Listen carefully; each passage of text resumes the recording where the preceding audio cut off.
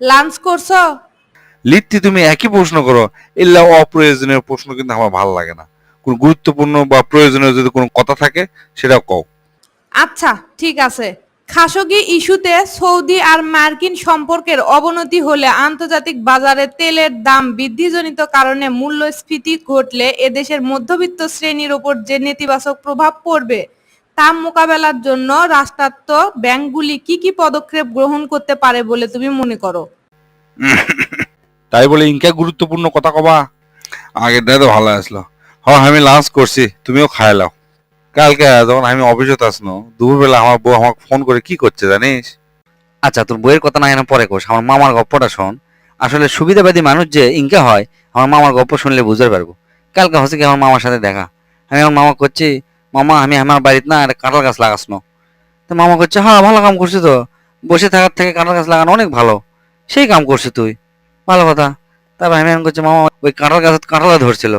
তো মামা এখন করছে, কাঁঠাল ধরবি না তো কি ধরবি, তাই ভালো কাম করছু, তুই আমার ভাস্তা বলে কথা, কাঁঠাল তো ধরবি রে।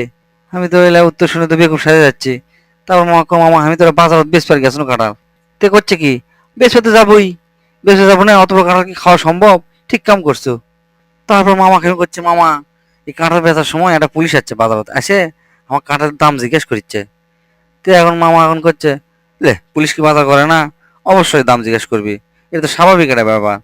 যাই হোক, তারপরে আমি করছি, মামা দাম জিজ্ঞেস করার পর আমি কাঁঠালের দাম 1,000 টাকা করছি। তো মামা এখন করছে, ঠিকই তো আছে, এত বড় কাঁঠাল 1,000 টাকার দাম তো হবেই, তুই কি 1,000 টাকা না চাই তুই 100 টাকা চাবো, তাই কখনো হয়? তারপরে পুলিশ আমাকে কইলো যে আমি 20 টাকা দেবো। তো মামা আমাকে কি করছে জানিস, ঠিকই তো কথা রে, 20 টাকা না দিয়ে তো 1,000 টাকা দিবি, এটা কোনো কথা হলো? সে মজা পাচ্ছি, তারপর কি হলো রে, কত না? তারপর আমি পুলিশ যখন 20 টাকা কষে তখন আমি তো খেপে কেন, খেপে তার পুলিশও করছি, বাপ জন্মে কোনোদিন কাঁঠাল খাসেন মিয়া, 1,000 টাকার কাঁঠাল আপনি 20 টাকা করছেন।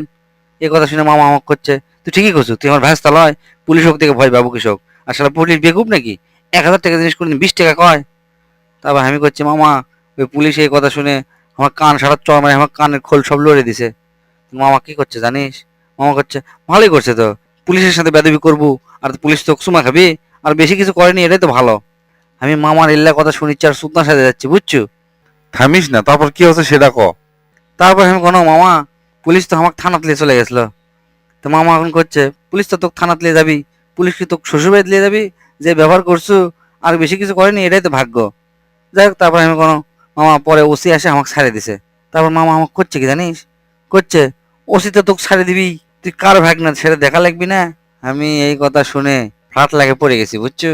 ফ্ল্যাট লাগ আর যাই কর, এলা লোকের কিন্তু আশেপাশে যাওয়া যাবে না, বুঝছো?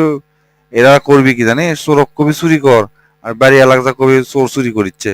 খুব সাবধান, এরা কিন্তু সিরিয়াস লোক।